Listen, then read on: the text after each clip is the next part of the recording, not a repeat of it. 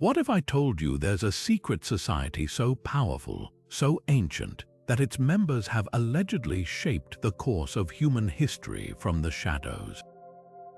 Not through force or wealth, but through knowledge, forbidden, devastating knowledge locked away for centuries. This isn't the plot of a fantasy novel. It's the legend of the 9 unknown men, a group shrouded in mystery, said to have been founded over 2,000 years ago by the Indian Emperor Ashoka. Their mission: to protect 9 sacred books containing sciences so advanced, so dangerous, that in the wrong hands they could unravel civilization itself. Think about that for a moment. We live in an age where information is everywhere, where a single click can summon the collective wisdom of humanity. But what if there are truths we're not meant to know, secrets so potent that only a select few have ever been trusted to guard them?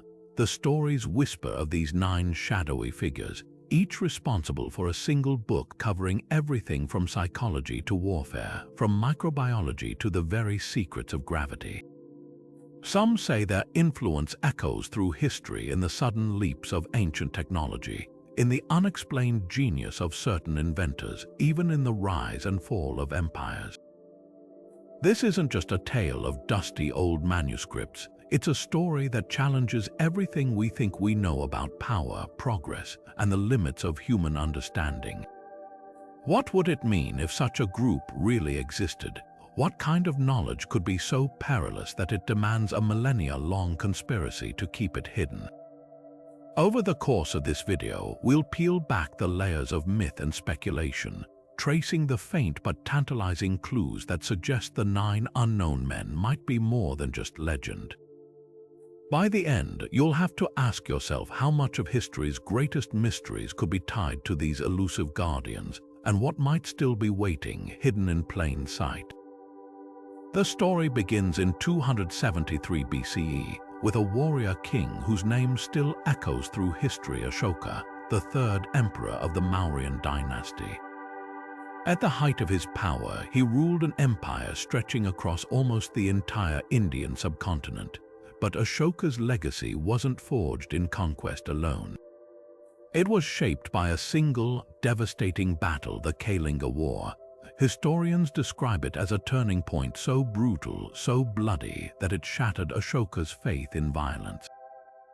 The accounts say he stood on the battlefield, surrounded by the corpses of hundreds of thousands, and asked himself a question that would change everything. What if humanity's greatest threat wasn't ignorance but knowledge itself? This is where the legend takes root. Haunted by the destruction he'd unleashed, Ashoka supposedly gathered 9 of the most brilliant minds of his era, philosophers, scientists, mystics, and entrusted them with an impossible task. Not to conquer, but to protect, to safeguard 9 books containing sciences so advanced they could reshape the world, but in the wrong hands could destroy it. Think about the paradox here. A ruler who once expanded his empire through war, now fearing the very tools that could make conquest effortless. Some say these texts covered everything from the secrets of mind control to the manipulation of gravity, from microbiology to alchemy, technologies that could uplift civilization or reduce it to ashes. But why 9 men? Why not burn the books and be done with it? The answer might lie in Ashoka's own transformation. After Kalinga, he embraced Buddhism and dedicated his reign to peace, yet he understood human nature too well. Knowledge once discovered can't be erased, only guarded. So the 9 unknown men became the keepers of a sacred trust, passing their roles down through generations, always in shadow.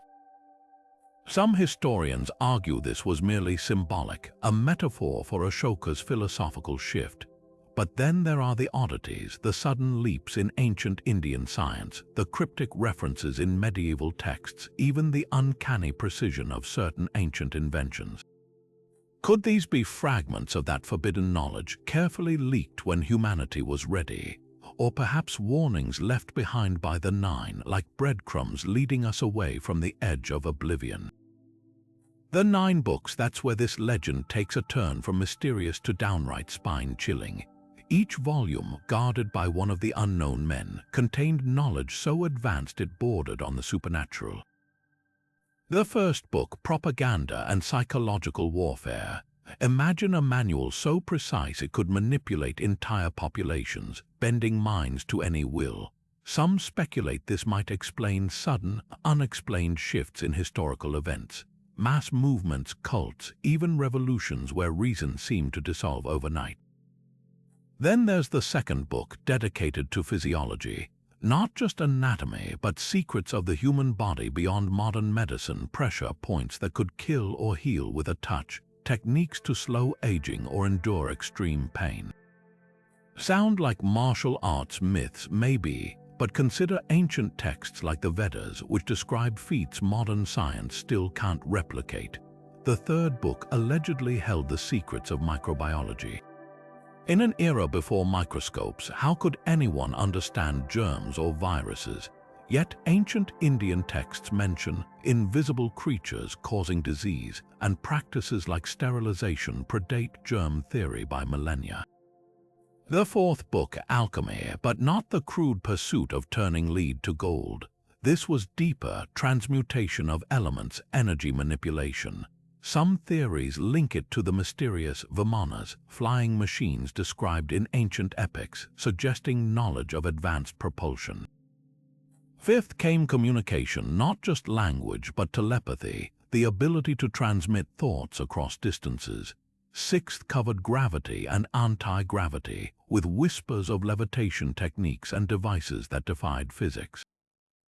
The seventh book delved into cosmology, the fabric of the universe, celestial mechanics, even time itself. Eighth took a darker turn, light and energy as weapons.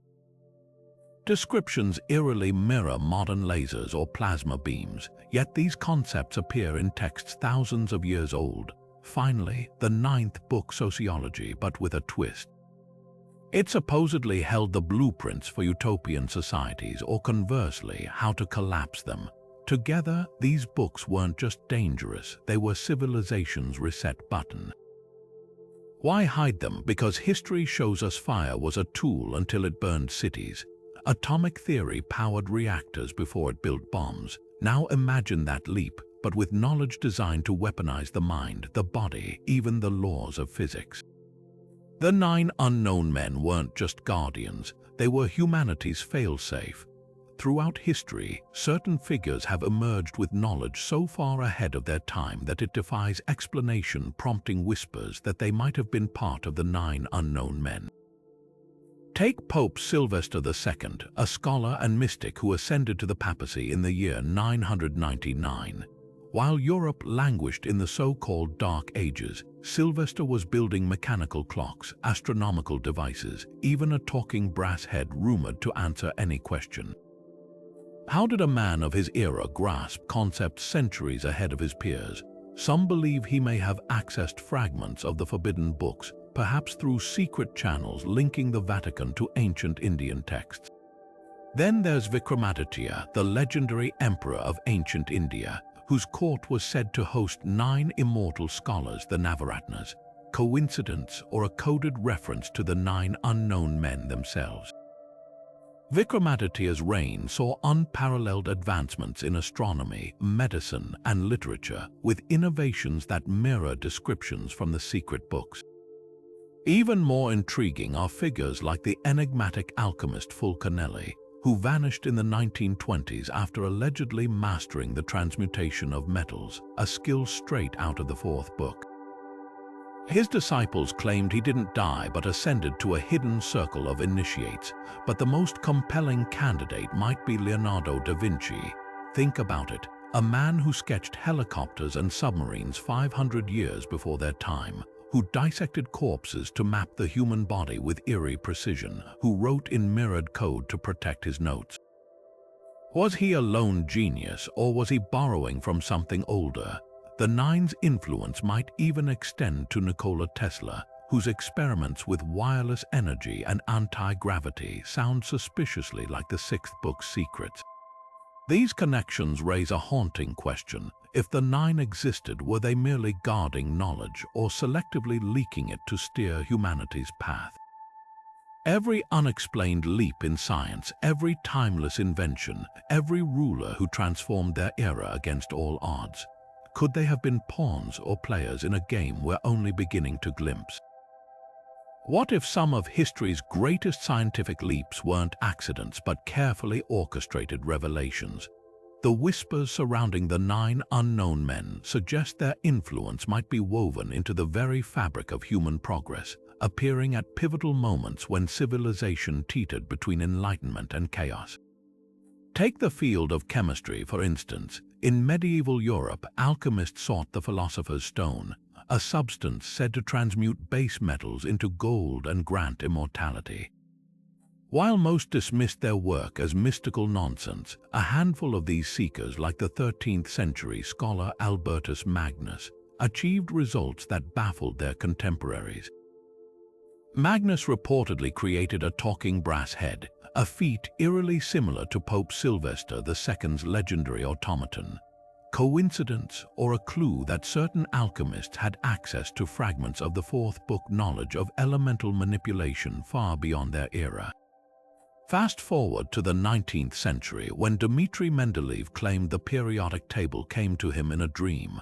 But what if it wasn't divine inspiration?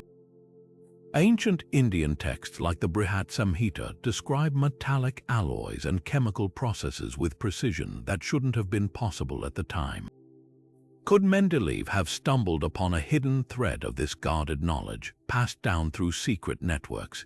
Even more striking is the case of Jagadish Chandra Bose, the Indian polymath who proved plants could respond to stimuli, a discovery that mirrored ancient Vedic concepts of universal consciousness long before modern biology caught up. Physics offers even stranger parallels. Nikola Tesla's experiments with wireless energy and resonant frequencies sound uncannily like the sixth book's descriptions of gravity manipulation.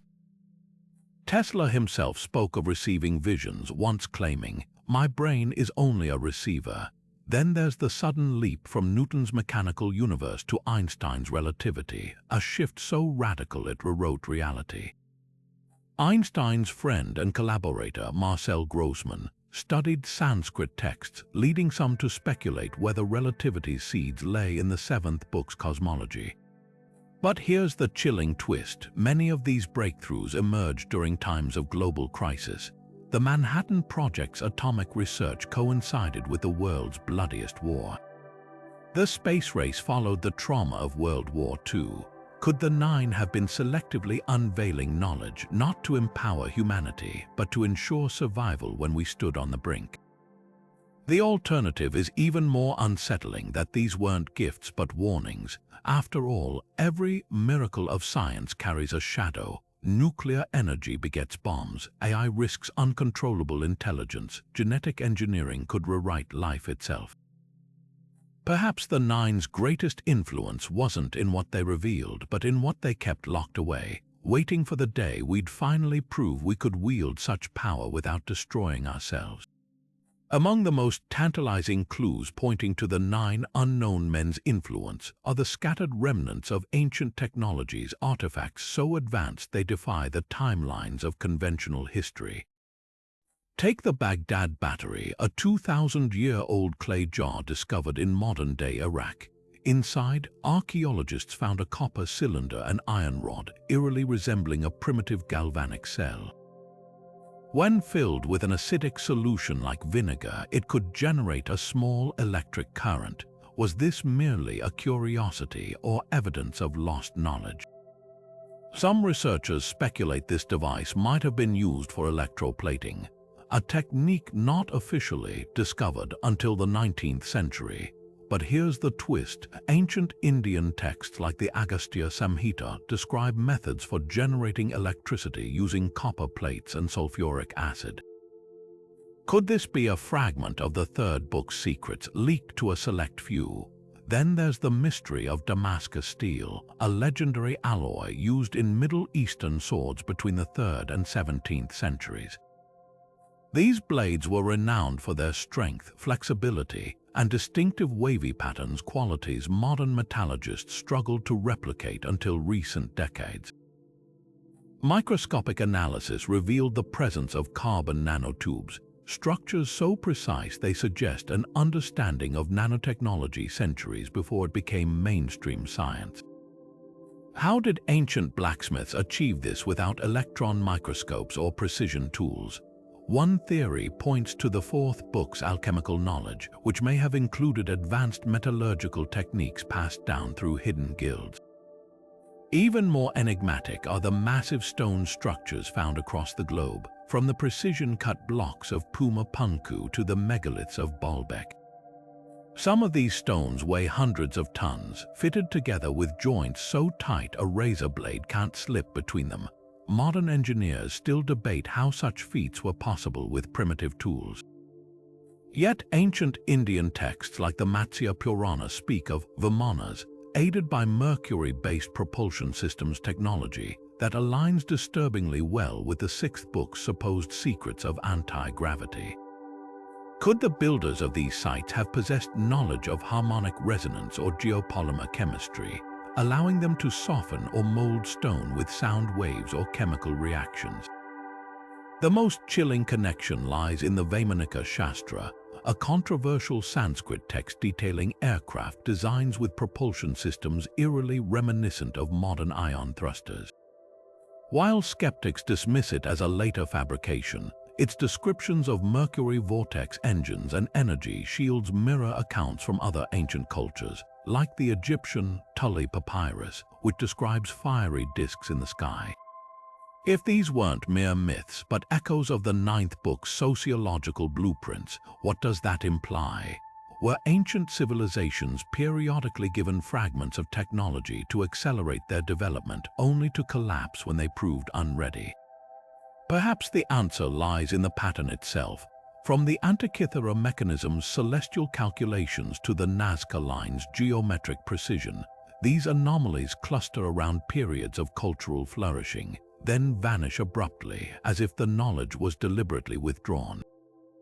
That's the haunting legacy of the 9 unknown men, not just the technologies they guarded, but the warning they represent. Every unexplained artifact, every leap of ancient genius might be a test one humanity has failed again and again. Because history shows us the same truth Ashoka feared. Knowledge without wisdom is a weapon, and some doors, once opened, can never be closed. The question of whether the 9 unknown men truly existed walks a razor's edge between history and legend, a debate fueled by tantalizing hints and frustrating gaps in the record.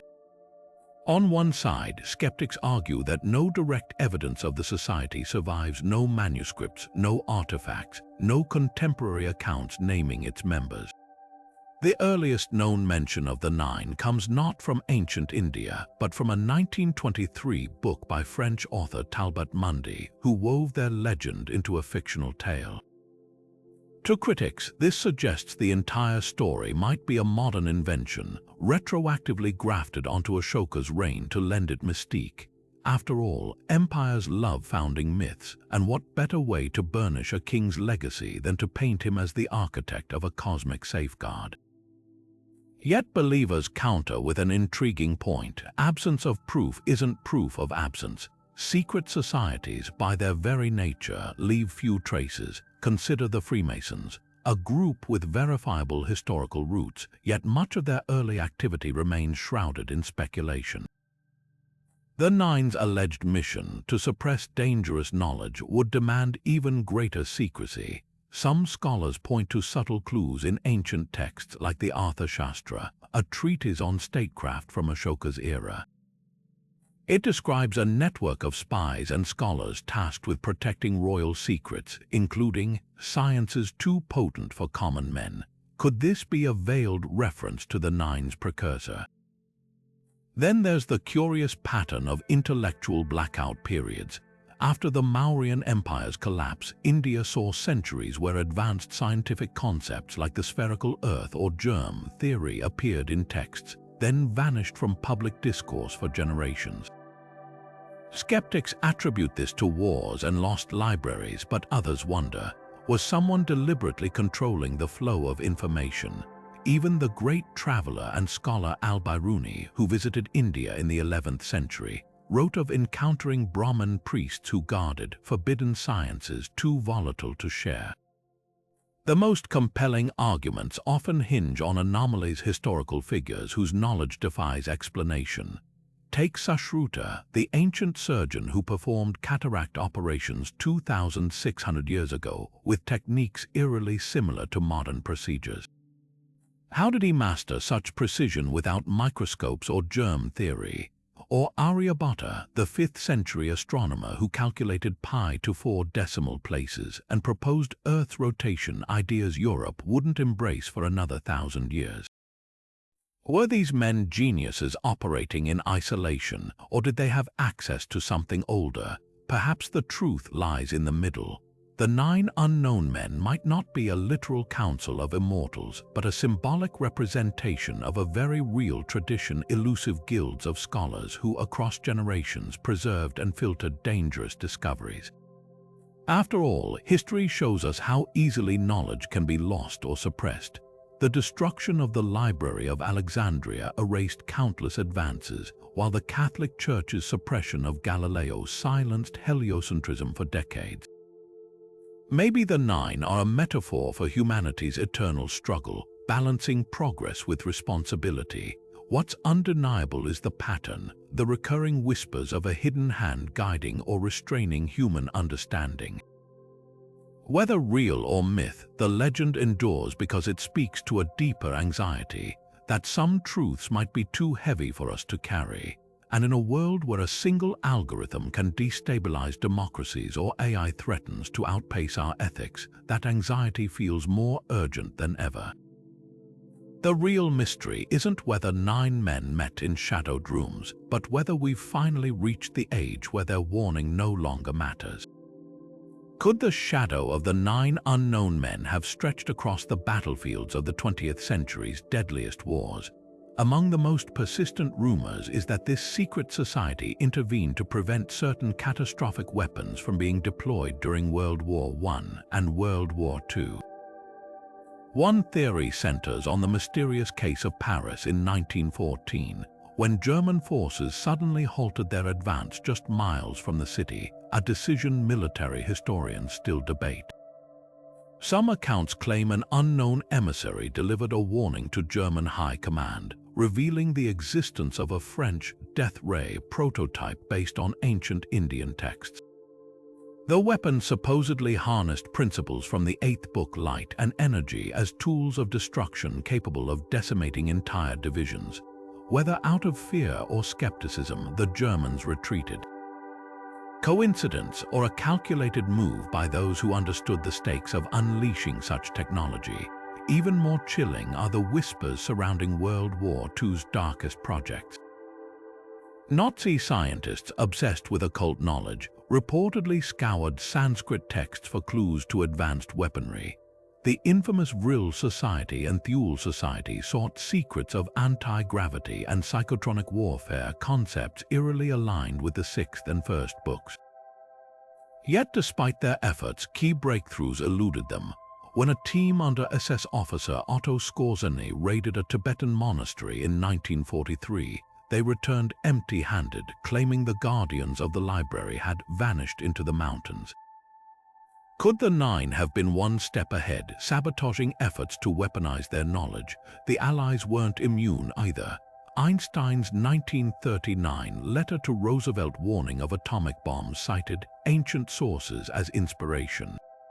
Yet the Manhattan Project's lead physicist J. Robert Oppenheimer later quoted the Bhagavad Gita upon seeing the first nuclear test. "Now I am become death, the destroyer of worlds."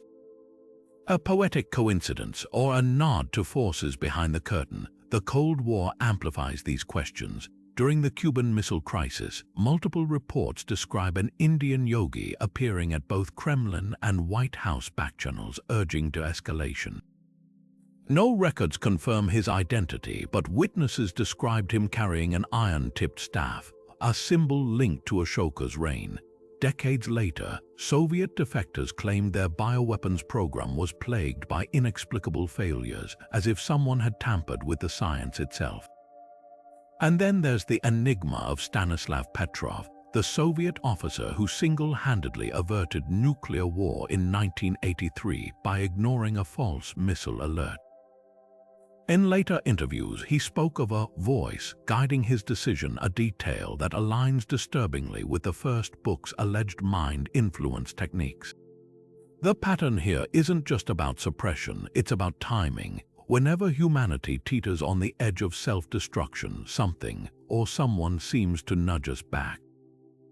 That's the real puzzle. If the Nine exist, their goal might not be to hoard knowledge, but to control its release, ensuring we don't outpace our own ethics. Because the terrifying truth is this: every doomsday weapon we've invented, nuclear, biological, AI, is likely a crude shadow of what those 9 books contain. What's still locked away must be unimaginable, and perhaps that's for the best for now. In the age of satellites and surveillance, you'd think a secret society operating for millennia would leave more obvious footprints, yet the whispers of the 9 unknown men persist, adapting to the modern world with eerie precision. One of the most startling accounts comes from a former French intelligence officer, Pierre Dorsen, who claimed to have infiltrated a clandestine research facility in the Swiss Alps in 1987. According to Dorsen, scientists there were developing a sonic weapon based on ancient Tibetan manuscripts when their work was abruptly halted by a visiting delegation of 9 consultants. These figures, dressed in unremarkable suits, reportedly demonstrated a handheld device that neutralized the weapon's prototypes with a pulse of resonant frequency, a technology matching descriptions from the 6th book. The facility was shuttered within days and all records vanished. Dorsen's story was dismissed as delusion until declassified British memos from the same year mentioned an unspecified countermeasure deployed against experimental arms in Europe. Then there's the curious case of the Bangalore Codex, a manuscript discovered in 2012 by an Indian tech entrepreneur renovating his ancestral home. The text, written in a cipher blending Sanskrit and mathematical symbols, described what appeared to be quantum computing principles centuries before the concept existed. When a team at MIT attempted to decode it, their lead researcher abruptly withdrew, citing ethical concerns. The codex later disappeared from a high-security vault, with security footage showing only a brief power flicker. Stranger still, 6 months later, a breakthrough paper on quantum algorithms was published anonymously, its equations mirroring fragments of the stolen text. Perhaps the most chilling modern encounter emerged from the Fukushima disaster in 2011. A Japanese engineer working on the reactor's cooling systems reported encountering an elderly man in the facility hours before the meltdown, a figure who warned of impending failure and left behind a palm-sized metal disc engraved with Ashokan edicts. The disc, when analyzed, contained microscopic etchings of coolant flow patterns that could have prevented the catastrophe had they been noticed in time. The man was never identified, but plant blueprints from that day show an extra heat sensor in a critical location, one that didn't exist in original plans. Even Silicon Valley isn't immune. Multiple AI researchers have spoken of a reclusive ethics review board that materializes at pivotal moments like before the 2020 launch of a controversial neural interface. Witnesses described 9 advisors with uncanny familiarity across disparate fields, who dissuaded the company from releasing tech capable of direct brain-to-cloud data transfer. Their argument, humanity wasn't ready, a phrase echoing Ashoka's alleged warning. Skeptics say these are just industry legends, but then why do so many breakthrough patents cite anonymous prior art, matching descriptions from the 9 books? The pattern is undeniable. Whether through intervention or influence, something or someone continues to steer humanity away from precipices we don't yet see. In an era where a single algorithm can destabilize nations and genetic scissors can rewrite life, the old question takes on new urgency.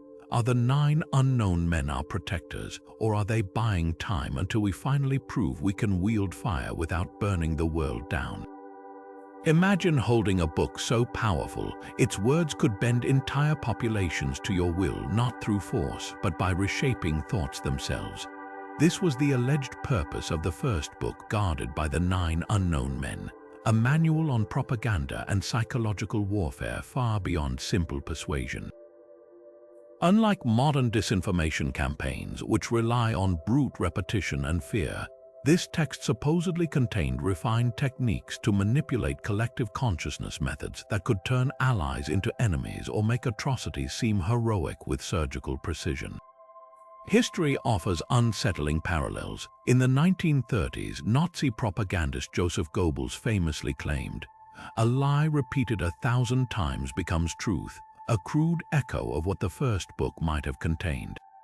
Yet the Nazis weren't alone. Cold War experiments like MK Ultra explored mind control through drugs and trauma, while Edward Bernays, the father of public relations, pioneered methods of mass persuasion by tapping into subconscious desires.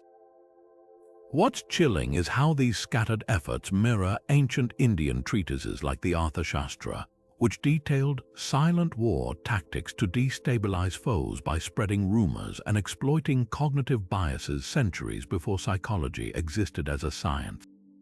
The modern world amplifies these techniques exponentially. Social media algorithms don't just suggest content, they curate reality, creating feedback loops that reinforce beliefs regardless of truth. Cambridge Analytica's micro-targeting during elections demonstrated how personal data could predict and manipulate voter behavior with frightening accuracy.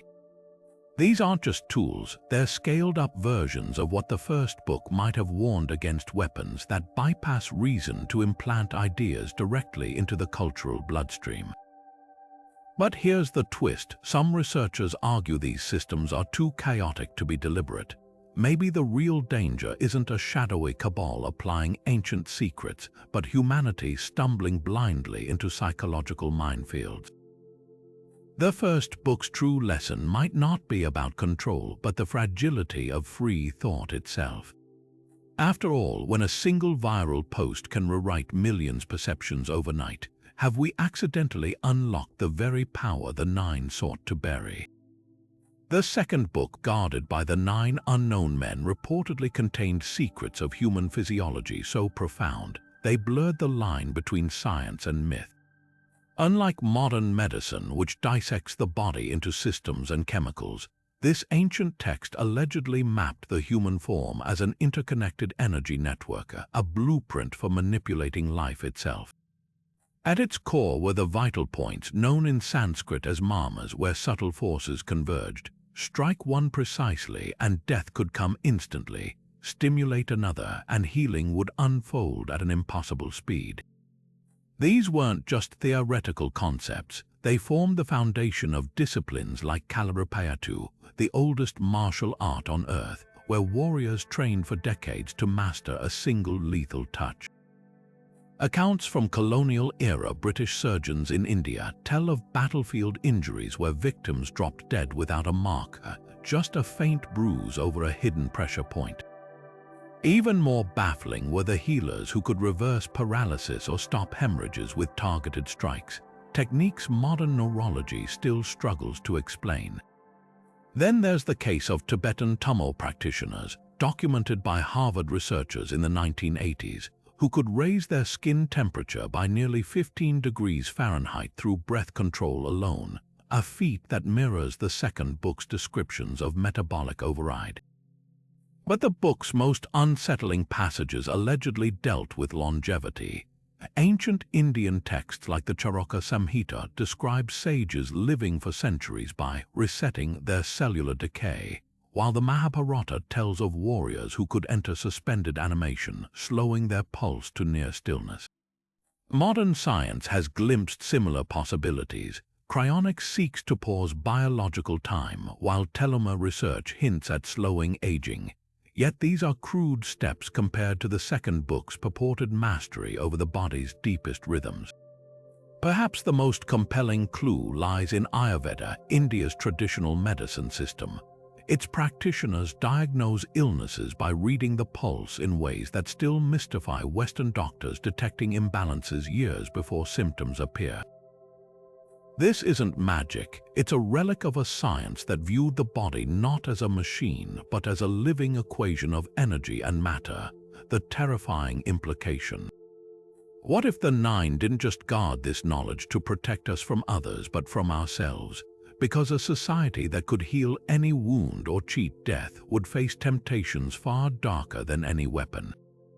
The third book of the Nine Unknown Men allegedly contained secrets that would make modern microbiologists shudder, a detailed understanding of pathogens and immunity centuries before the first microscope revealed their invisible world.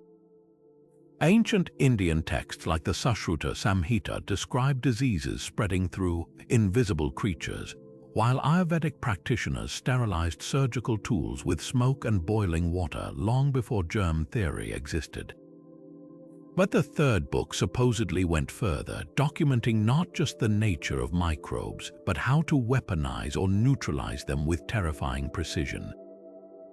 Consider the sudden plagues that have reshaped history. The Black Death in 14th century Europe wiped out half the population, yet Indian medical texts from the same era advised quarantine and herbal antiseptics that reduced fatalities. Was this mere coincidence, or had fragments of the third book's knowledge survived in pockets?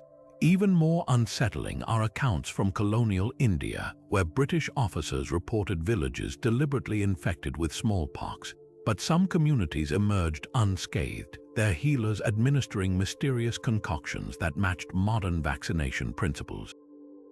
The book's darkest chapters likely involved engineered pathogens. Sanskrit epics like the Mahabharata describe wars where foul winds wiped out entire armies, leaving corpses untouched by decay, eerily similar to modern biological weapons.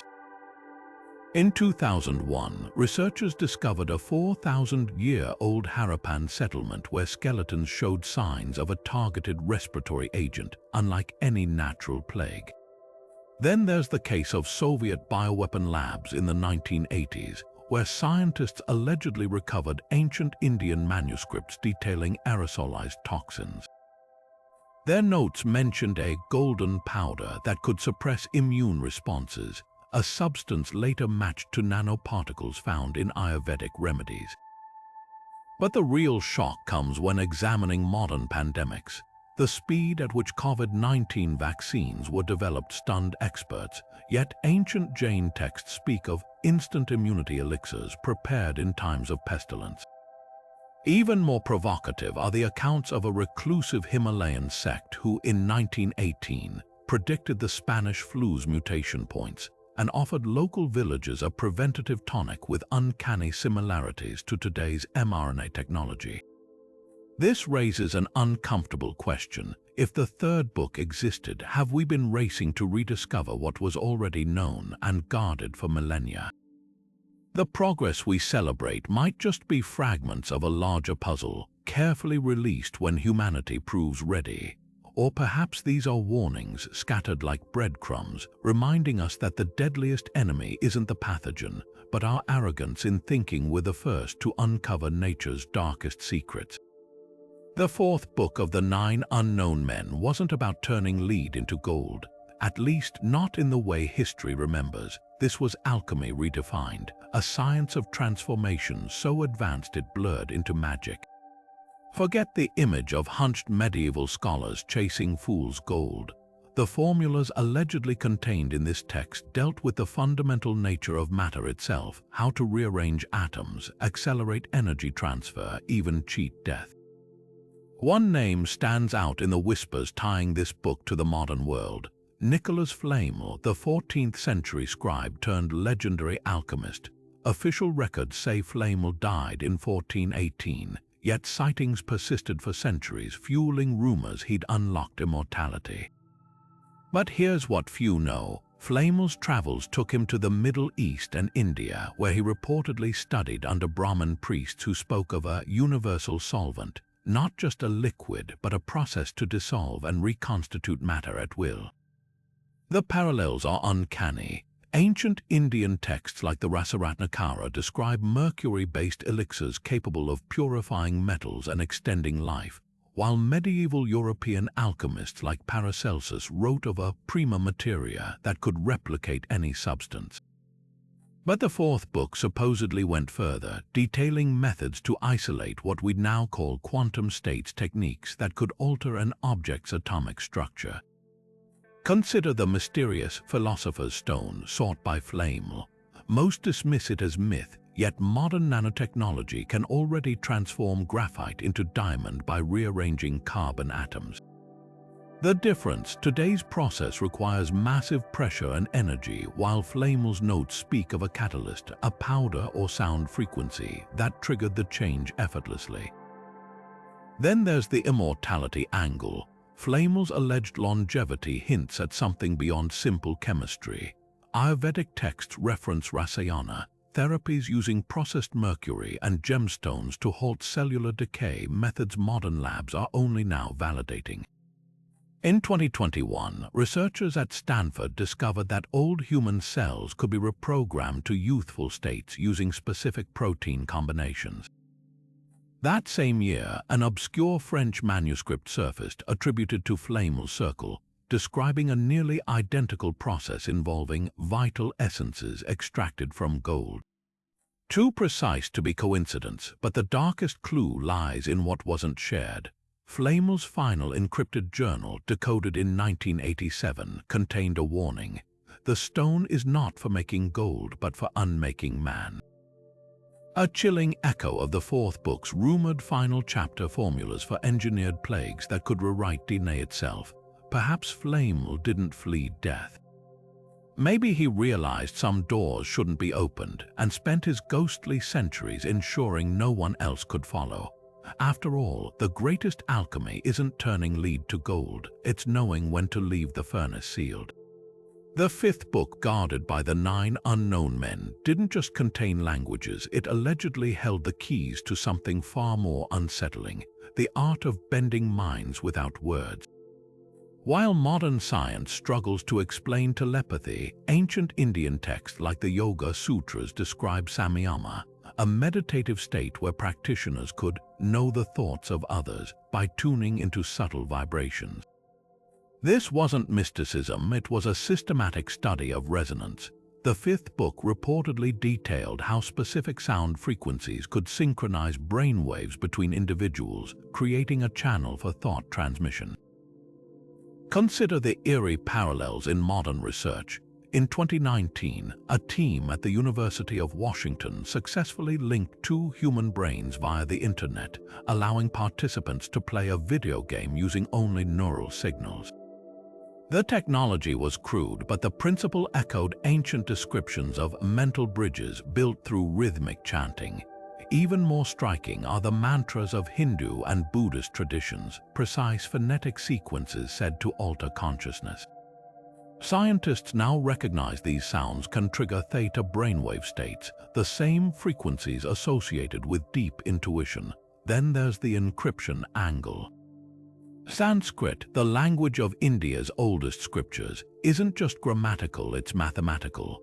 Each syllable corresponds to numerical values in a cipher system so complex that 20th century codebreakers found it resembled advanced cryptography. The fifth book supposedly contained dialects engineered not for poetry, but for secrecy, languages where every vowel shift could encrypt or decrypt messages. When British colonial scholars tried cataloging Indian manuscripts in the 1800s, they noted entire passages that defied translation, written in scripts that changed structure when read aloud.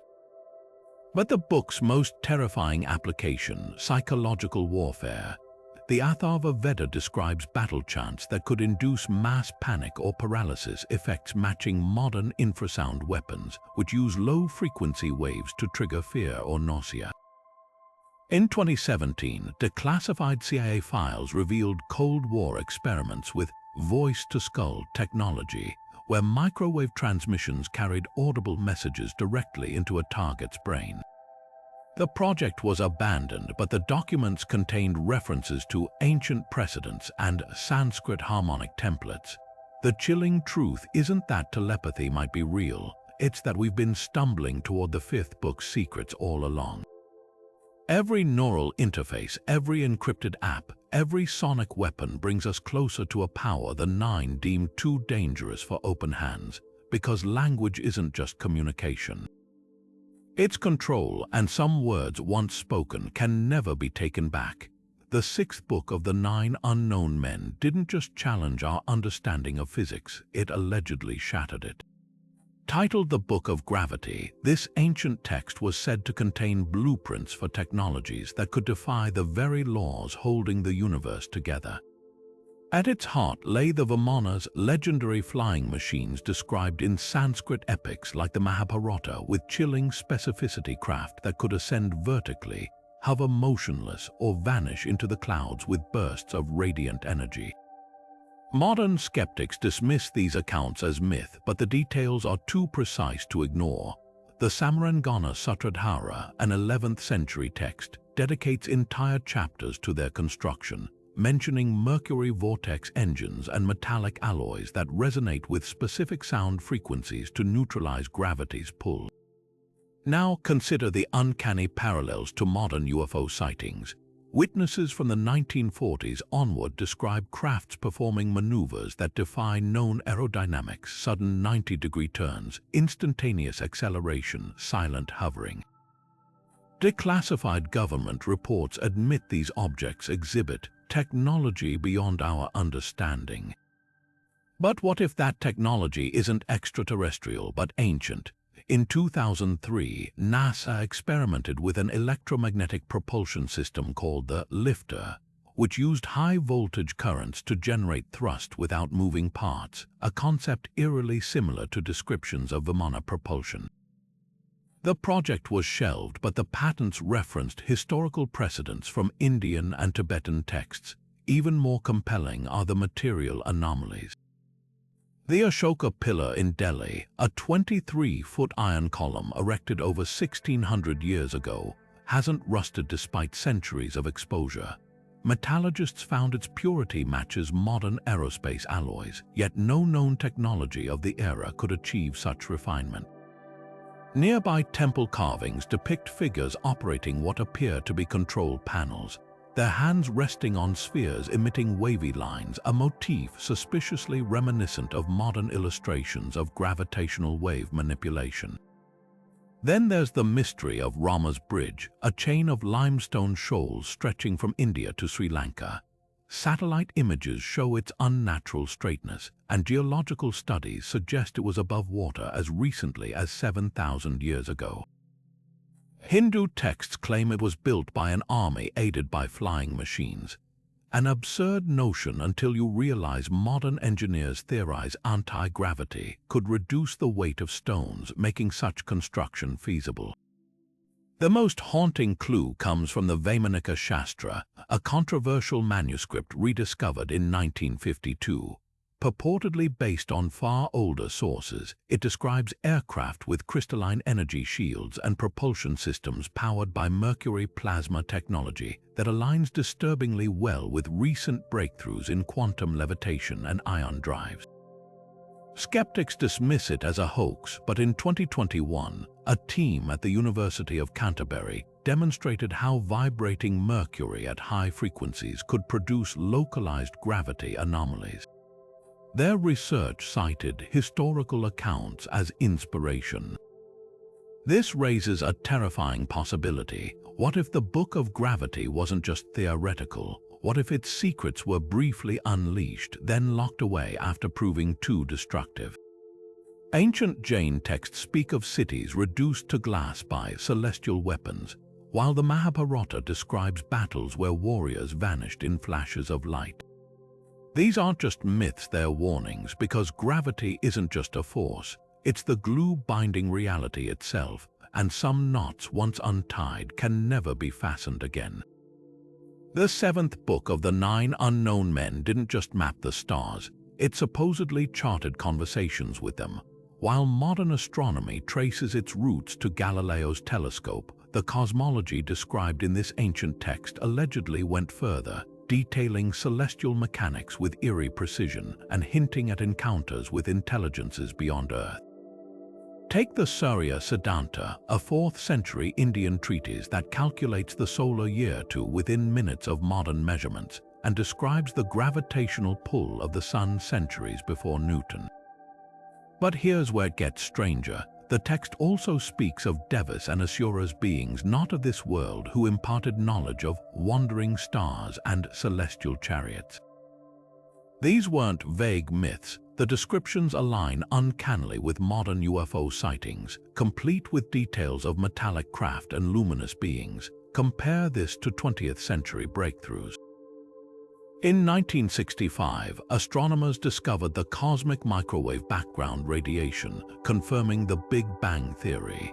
Yet ancient Vedic texts like the Rig Veda had already described a universe born from sound vibrations, a concept now echoed in string theory's notion of resonant frequencies shaping reality. Even more striking are the nakshatra star maps, which catalogue constellations with positional accuracy that shouldn't have been possible without telescopes. Some charts include binary star systems invisible to the naked eye, like Sirius B, which wasn't officially observed until 1862.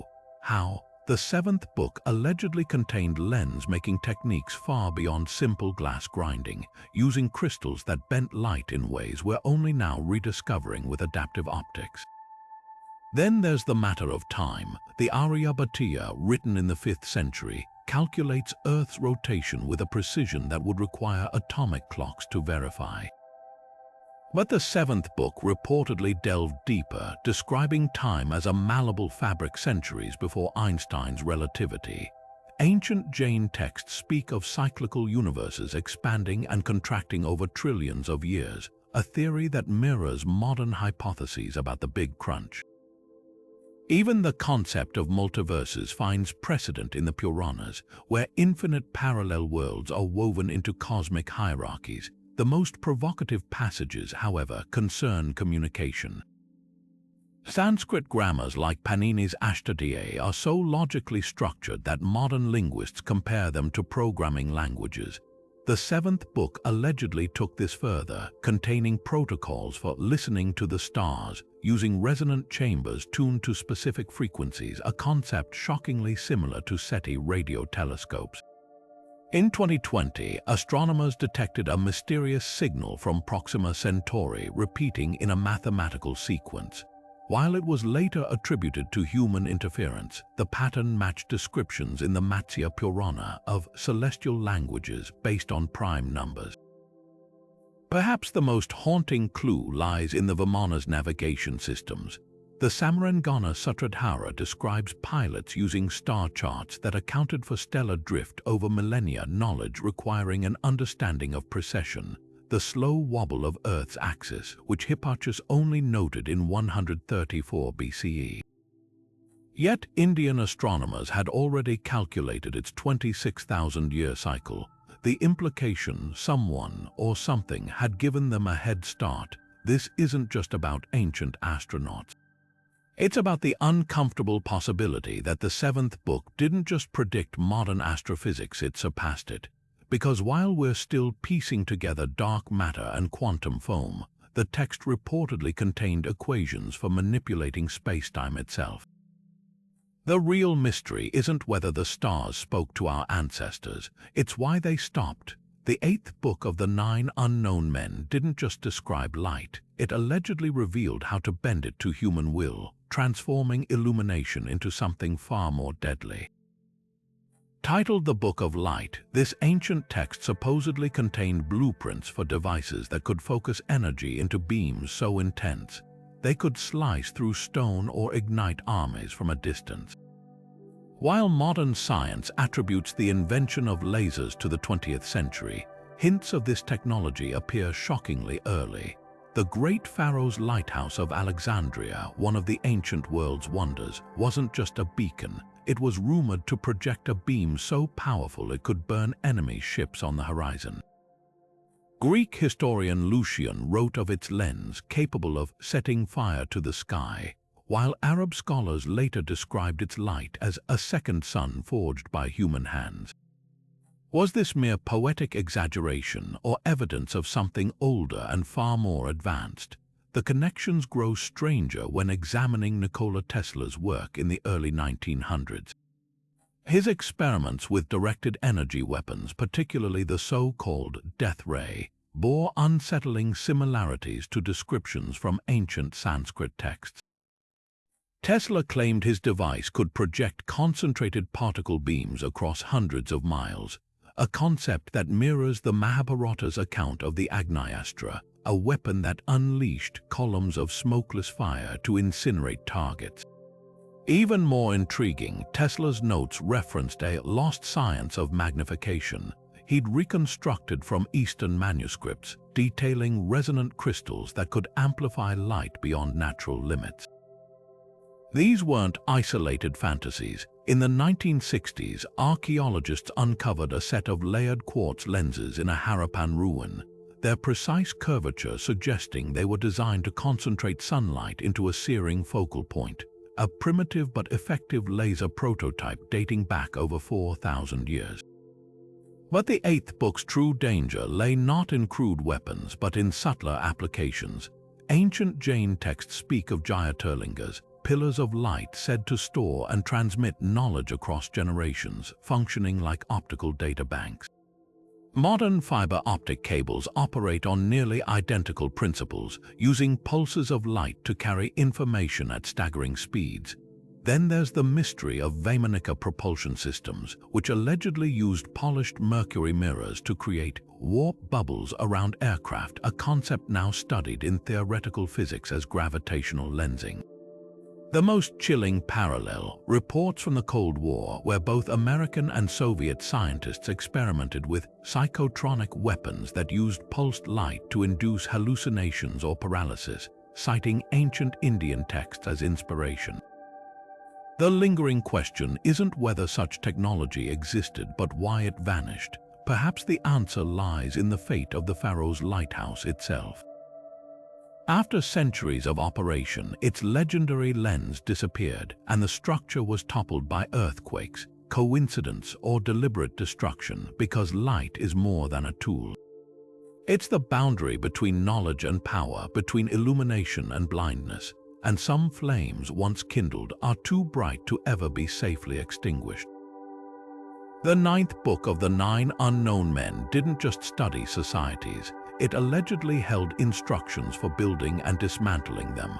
Unlike modern sociology, which observes human behavior, this ancient text was said to function as a kind of social alchemy, offering precise formulas for shaping civilizations.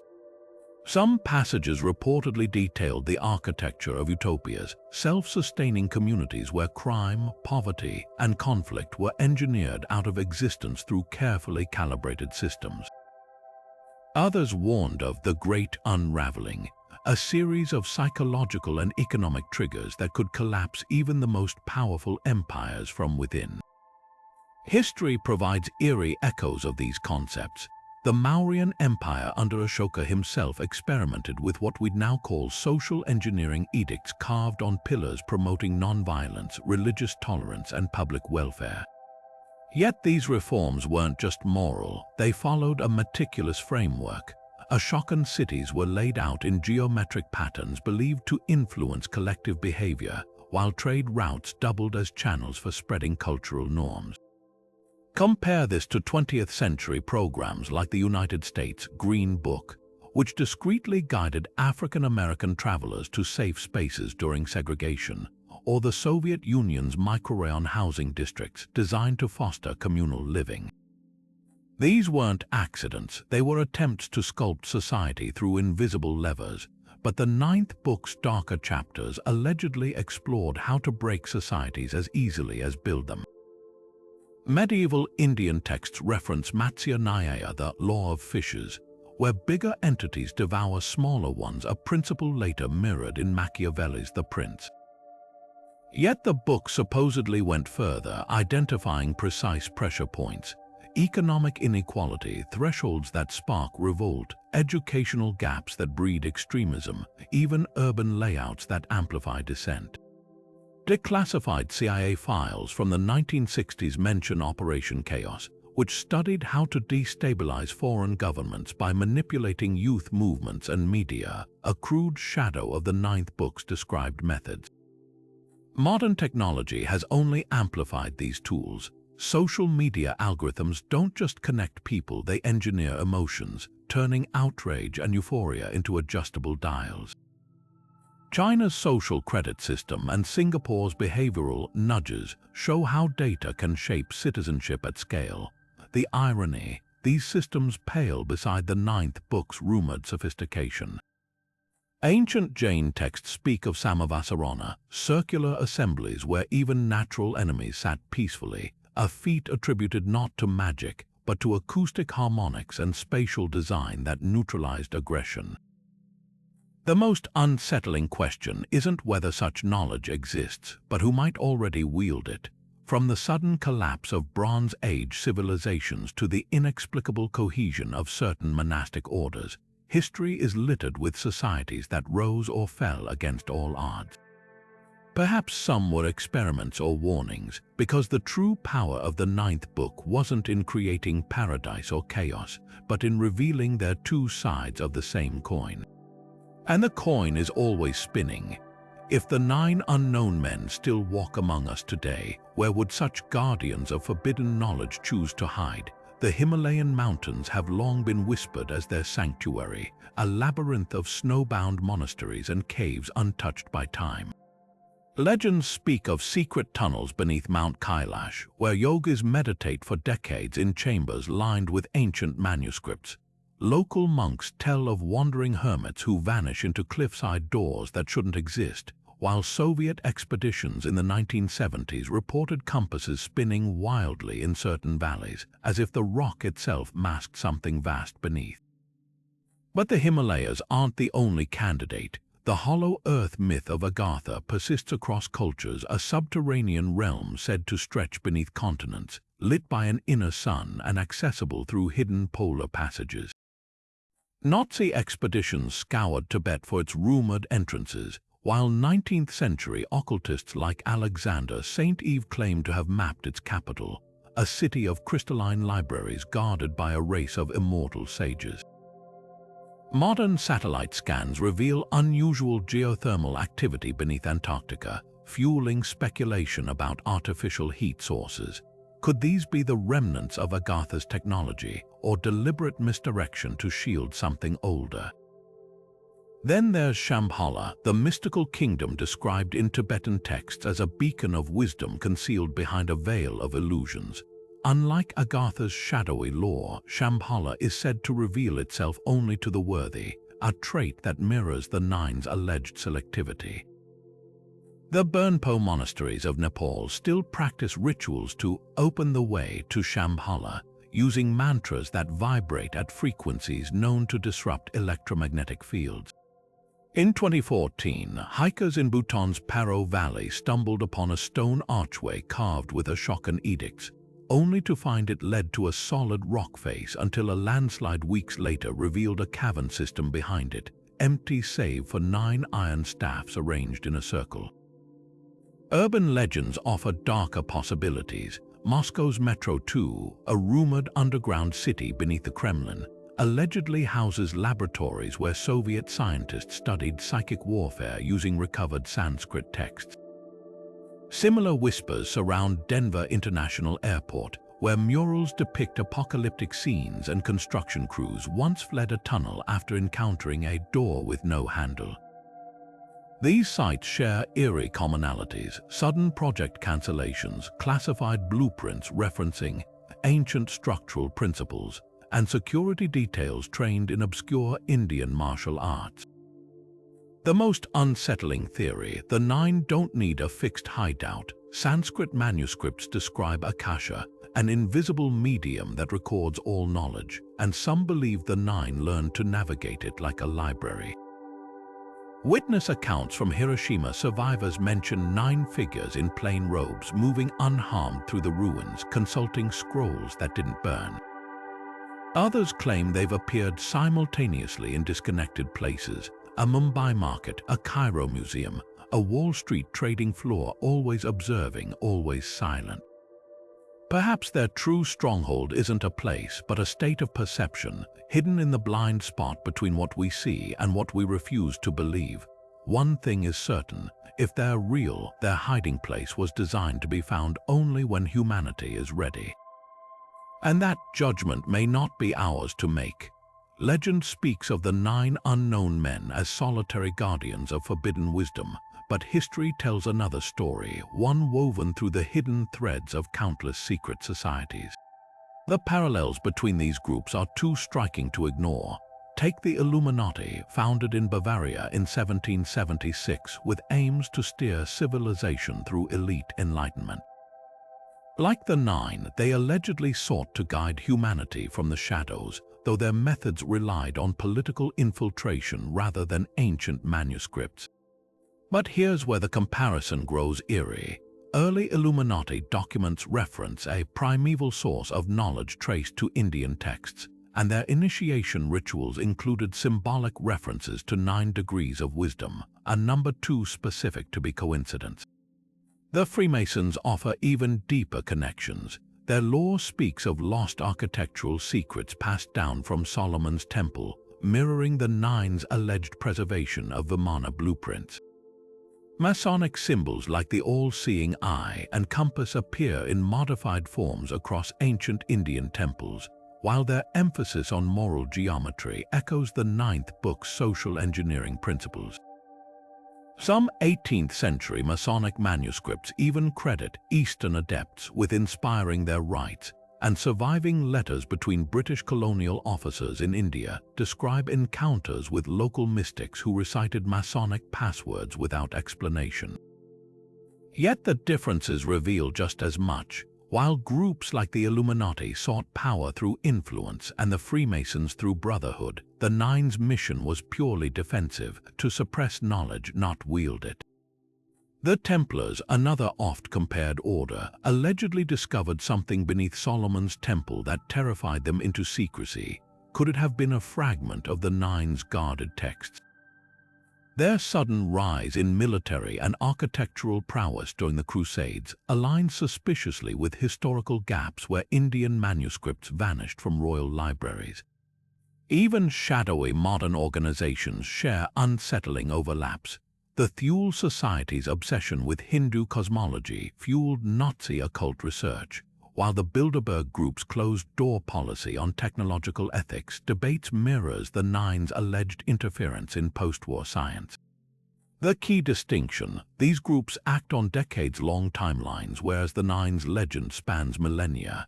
That longevity suggests either an unbroken chain of successors or something far stranger. Perhaps the most provocative link lies with the Rosicrucians, whose 17th century manifestos promised a universal reformation of mankind through rediscovered ancient sciences. Their texts describe an invisible college of adepts preserving wisdom since Atlantis, a near-perfect echo of the 9's alleged role. When Rosicrucian emissaries appeared in Europe claiming knowledge of perpetual motion and alchemy, they cited Indian sages as their teachers. One confessional letter from a German alchemist in 1632 pleads for access to a Delhi vault containing 9 cabinets of celestial mechanics. These connections paint a disturbing pattern. Whenever a secret society claims divine or extraterrestrial knowledge, its trail eventually leads back to India. Whether through shared sources, deliberate imitation, or something more profound, the 9's shadow lingers over every whispered conspiracy. The real question isn't who copied whom, but whether these groups were competitors, collaborators, or unwitting pawns in a game whose rules we've never fully understood.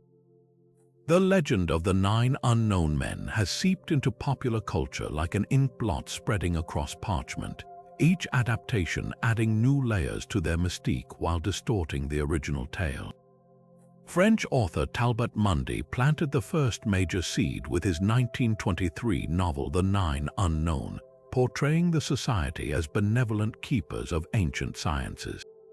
Mundy's protagonists weren't shadowy villains but reluctant heroes, leaking fragments of knowledge to avert disasters, a trope that would echo through decades of conspiracy fiction.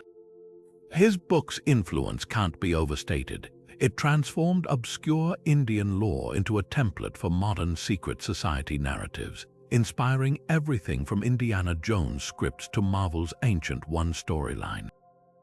Hollywood amplified the myth with its own flair.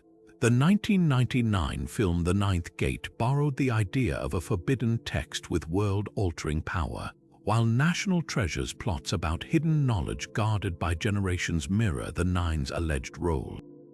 Even video games couldn't resist. The Assassin's Creed series wove the Nine into its lore as precursors to the Templars, suggesting they'd survived into the modern era as puppet masters of history. These portrayals share a common thread. The Nine are rarely the villains. Instead, they're the gatekeepers of humanity's self-destruction, a nuance that separates them from generic cabals. Literature took darker turns. Umberto Eco's Foucault's Pendulum treated the Nine as a cautionary metaphor, what happens when conspiracy theory becomes religion. Meanwhile, Indian writers like Ashwin Sangh reimagined them in tech thrillers like The Krishna Key, where genetic engineering and quantum physics trace back to their guarded books. The variations are endless, but they all circle the same question: is secrecy a shield or a shackle? Gaming culture twisted the legend further. The tabletop RPG Unknown Armies cast the Nine as warring factions manipulating reality through occult sciences, while Tomb Raider's 2018 reboot hinted at their involvement in lost Hindu death cults. These adaptations reveal something telling. The Nine work best as an open mystery, a blank canvas for our anxieties about power and progress, yet beneath the fiction lies a kernel of truth. Every creative reinterpretation, no matter how outlandish, reflects real human fears of unchecked technology, of history's hidden architects, of knowledge too dangerous to share. The Nine endure not because they might be real, but because they force us to ask, in a world where information is power, who should hold the keys? Declassified government projects read like a checklist of the 9 unknown men's rumored sciences: mind control, remote viewing, energy weapons, as if someone tore pages from their forbidden books and stamped them top secret. Take MK Ultra, the CIA's infamous mind control program active from the 1950s to the 70s. While officially focused on chemical interrogation, its subprojects explored psychic driving, hypnosis, and even voice-to-skull transmission techniques, mirroring the first book's psychological manipulation and the fifth book's telepathic protocols. Declassified memos reference ancient precedents for sensory deprivation techniques, with one 1963 report noting Tibetan monks could induce trances matching MK Ultra's desired effects. Were these experiments crude attempts to reverse engineer lost knowledge? The program's sudden termination and the deliberate destruction of most files hints at something darker than bureaucratic failure. Then there's Project Stargate, the Pentagon's $20 million investigation into remote viewing. Declassified in 1995, its files detail trained operatives describing distant locations with unsettling accuracy, a skill ancient Indian texts attribute to Dibba Sota, or divine hearing. Even more striking are the physiological effects reported by Stargate participants: rapid aging, spontaneous burns, and temporary blindness, side effects eerily similar to descriptions of overusing Siddhi's yogic powers in the Yoga Sutras. The program's lead researcher, Dr. Hal Puthoff, later studied Sanskrit manuscripts on consciousness, noting parallels between Vedic concepts and quantum physics. Coincidence or evidence that Cold War scientists were piecing together fragments of the Nine's guarded wisdom? The Defense Advanced Research Projects Agency adds another layer. In 2009, DARPA Silent Talk project aimed to create brain-to-brain communication on the battlefield using EEG sensors, an uncanny echo of the fifth book's alleged neural bridges. Even more provocative is their 2018 biostasis program, which sought to slow cellular metabolism to near zero, mimicking the suspended animation described in the second book. DARPA reports avoid referencing ancient texts, but their contractors include firms like Raytheon, whose early radar research borrowed from rediscovered Sanskrit treatises on akashic etheric vibration. Perhaps the most damning connection lies in declassified Soviet archives. Papers from the KGB's Psychotronics division detail attempts to replicate the Agnyastra, the mythical fire weapon from the Mahabharata, using focused microwaves. Their 1984 prototype, allegedly tested in Afghanistan, could induce cardiac arrest at 600 meters. Yet the project was abruptly abandoned after lead scientists reportedly suffered mental breakdowns, muttering about keepers and broken seals. Similar whispers plagued the U.S. military's active denial system, a non-lethal heat ray whose effects match 8th book descriptions of painless combustion. The pattern is undeniable. Whenever governments brush against these frontiers, the projects collapse amid anomalies and institutional amnesia. Not from lack of funding, but as if hitting an invisible wall, one the Nine might have built. Because the real question isn't whether modern science is rediscovering their secrets, it's whether these are breakthroughs or breaches. What emerges from these files isn't proof of the Nine's existence, but something stranger, a recurring loop of discovery and suppression. Nikola Tesla's stolen notebooks, Wilhelm Reich's confiscated orgone accumulators, even the recent disappearance of Chinese quantum research teams, all follow the same arc. Initial success, then institutional interference, then silence. The common thread: these weren't just scientists, they were trespassers, and some doors once opened aren't meant to stay that way. This leaves us with a haunting possibility. Maybe the Nine's greatest achievement wasn't safeguarding knowledge, but convincing us we invented it ourselves. That every leap forward is just a fragment returning home, and the real test was never whether we could rediscover their secrets, but whether we'd finally learn to use them wisely. So far, history's answer is written in fire. The enduring secrecy of the 9 unknown men isn't just about hiding knowledge. It's about understanding the unspoken truth that some truths are too heavy for humanity to carry. Imagine handing a flamethrower to a child. The danger isn't in the tool itself, but in the hands that wield it. Throughout history, every major scientific leap, from gunpowder to nuclear fission, has been followed by the same grim pattern: discovery, weaponization, and devastation. The Nine's alleged mission recognizes this cycle not as an accident but as an inevitability. They wouldn't just be guarding books, they'd be standing between civilization and its own self-destructive impulses. But there's a deeper layer to their secrecy. Power corrupts, and absolute knowledge corrupts absolutely. Even the most well-intentioned scholars could succumb to the temptation of using these sciences for control. Consider the Manhattan Project scientists, many of whom campaigned against nuclear weapons after seeing their creation's horrors, yet governments still stockpiled warheads. The Nine's isolation may reflect a hard lesson: knowledge can't be selectively shared. Once a single fragment escapes, the dominoes fall. This isn't paranoia, it's precedent. The Vatican's suppression of Galileo's heliocentrism wasn't just about dogma. It was fear of destabilizing an entire worldview. Now scale that to truths that could rewrite physics or consciousness itself. Humanity's readiness is another fault line. Our species evolves slowly while technology advances exponentially.